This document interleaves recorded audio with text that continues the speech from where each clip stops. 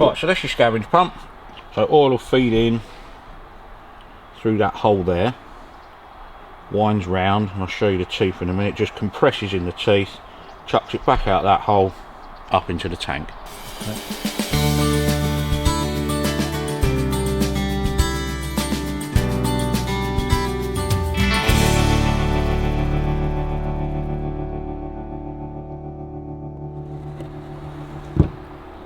Right, this is Dean's engine, the one that had the hole in the piston, and why, just to show you why, you have to take the engine apart. Doesn't look a lot. That's all metal particles. So that was some of the piston.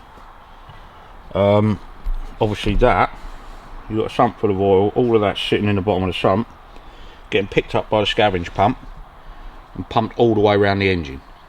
Yeah. Which will just damage any bearings or anything. That's the good one. That's big chunks of piston.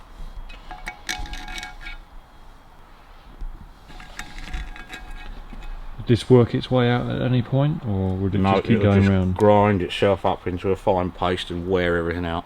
When you say wear things out, what could it wear out inside? You're getting oil pumped into these, so I know it's only aluminium, but any metal surface that's in a can, you know, that fits in there and rotates nicely. Yeah. You've got a load of metal paste in there. It's like putting valve grinding paste in it. Yeah. It'll just chew it up. So there are some fairly healthy chunks in there. Look. Hence why you have to take the engine apart and clean it all out. You've got to clean all your oil ways out. See that lot? Look. Yeah. That's all piston. Piston and oil mixed up. So what's the condition of the engine then? It looks pretty good because it only ran for like 20 seconds or something, he was saying. Oh, okay. So since it, you know, when he finally got it going as such, yeah, it only ran for a little tiny bit, so hopefully we saved it in time. But obviously clean everything out. You've got to take all the oil pumps apart. But just to show Dean basically how much of his piston is in the bottom of the engine. I mean, in engine terms, that's a lot. Yeah. That's a serious amount, you know. Right, so basically that's just to show how much oil was in it. How much metal was in it. So that would now need a thorough clean wash down, all of it. But we can check out the oil pumps now, see what's in those, if there is anything. Yeah, so you'll never see that metal in these, but all of these little holes that feed oil, yeah, you just got to wash everything out thoroughly. You can feel little bits in there, so it's got to be done. Hence why we said to Dean, realistically it needs to come apart. 100%, yeah. Right, so that's your scavenger pump. Crankshaft turns that, yeah.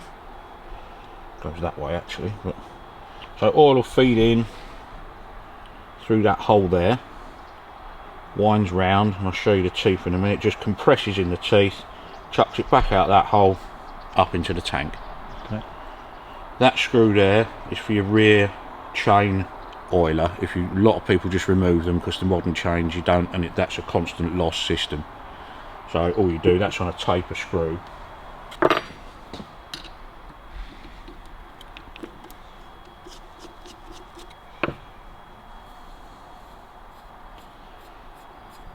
So if it's totally original, you've got that taper there. So as that oil pump is going round, it's forcing oil back out of there, up to the tank. It's forcing oil in a little hole into that taper, yeah? You have little tiny shim washers on there. And you adjust it so that, if it was feeding the rear chain, it'll give you like 1 or 2 or 3 drops an hour. Yeah. That's it. But people don't use them because of the modern chains. Just screw that in hard and it doesn't leak any oil out the back.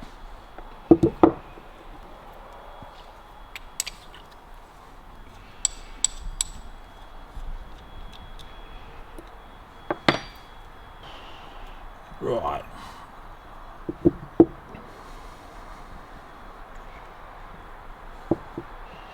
Right, so basically that is your scavenger pump. So as it turns, yeah, that way, oil feeds in through that hole. Feeds in through that hole, and you think about it, as the teeth do that, see that gap on the end? Yeah. There, little tiny gap? Mm-hmm. That oil is being compressed in there. So as it goes round, it forces the oil, compressed oil, through that hole, and so when it comes into this chamber here, it's compressed, and then it feeds out of there, and then feeds back up. Okay. That's it. So there isn't a lot you can do with these. What you can do, that's held in, that one, look. See that recess there? Yeah. Right, you've got these two half washers. So you push that up, slide in your two half washers, and then that just pushes down and holds that cog in, yeah? Okay. So you can take that one out and clean it all.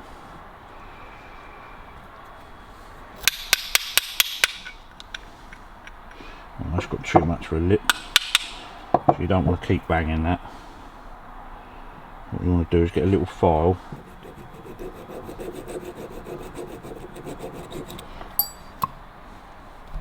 Any better?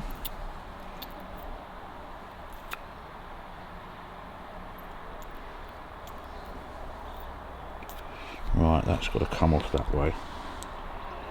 You have to wiggle it around. I forgot there's a little tiny wood rough key in there.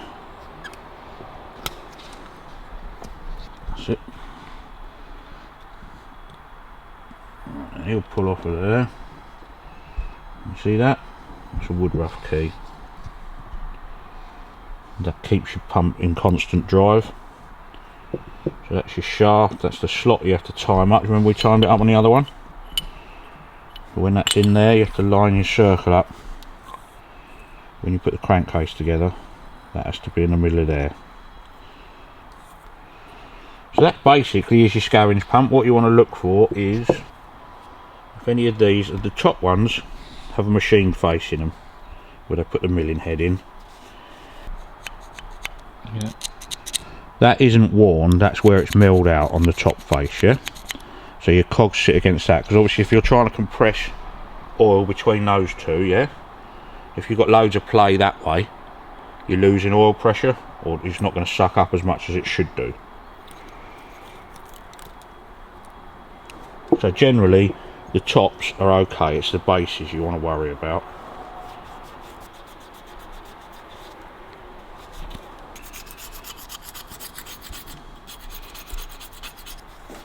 So like I say, the top doesn't, unless it's really, really badly indented, but there is a machine mark in them. If you put a straight edge on your bottom, see there's nothing there realistically, see? Yeah. So that isn't worn. If that's got a great big hole dug into it, Yeah. that means you're going to be losing suction. Yeah? Because if that's dug down there, you're going to lose oil all around the top sides, because these are machine ground, so they're like perfectly flat. Bit of oil on that. If you rub that on there, that should in theory stay on there. Just falls off, you know, at a length of time. See? Yeah. So you know your edges are nice and flat. That's holding just under the oil that's on there. A bit like slip gauges, when you use those, you use the grease off your fingers. So if it wasn't completely flat, it would fall straight off? It would fall straight off, the oil hasn't got any suction on it. So that basically is your scavenger pump. Very easy to put back together, always use new gaskets. So you put him in there, obviously we've got to clean all of this. He fits in there. I won't put the wood rough key in at the moment, but basically you put your wood rough key in there, in that slot, okay? Then you line your slot up in the cog, the bottom there, look. Yeah. That goes on your wood rough key. That little groove there passes over that hole there, which forces oil down your chain oiler. Okay. So that's all that little groove is for. That isn't a timing mark or anything. If you're putting one together, don't worry about that groove, it doesn't matter. Okay, put your 2 half washers in, push him down, put your cog on there. Doesn't matter which way up that one goes, there's no marks on it at all. So he just goes on, and you can gel your teeth, push him down. So you know you've got a slight bit of wear in that. They shouldn't, without a gasket, actually pick up, but you have to put a gasket in them, yeah, because otherwise it will piss all out everywhere. You have to have a gasket in that bit, and the base gasket when it goes back on. So basically that's it for the scavenge pump. Next week on the workshop. Speedo, all the numbers are worn out, but the customer wants to try and keep as many of the original numbers as you can. So basically you're going to take these barrels out and see if they do physically come apart. I have done one, I think it was a Harley one, years and years ago, but basically we've just got to try and get it apart and see whether these barrels will come apart or not.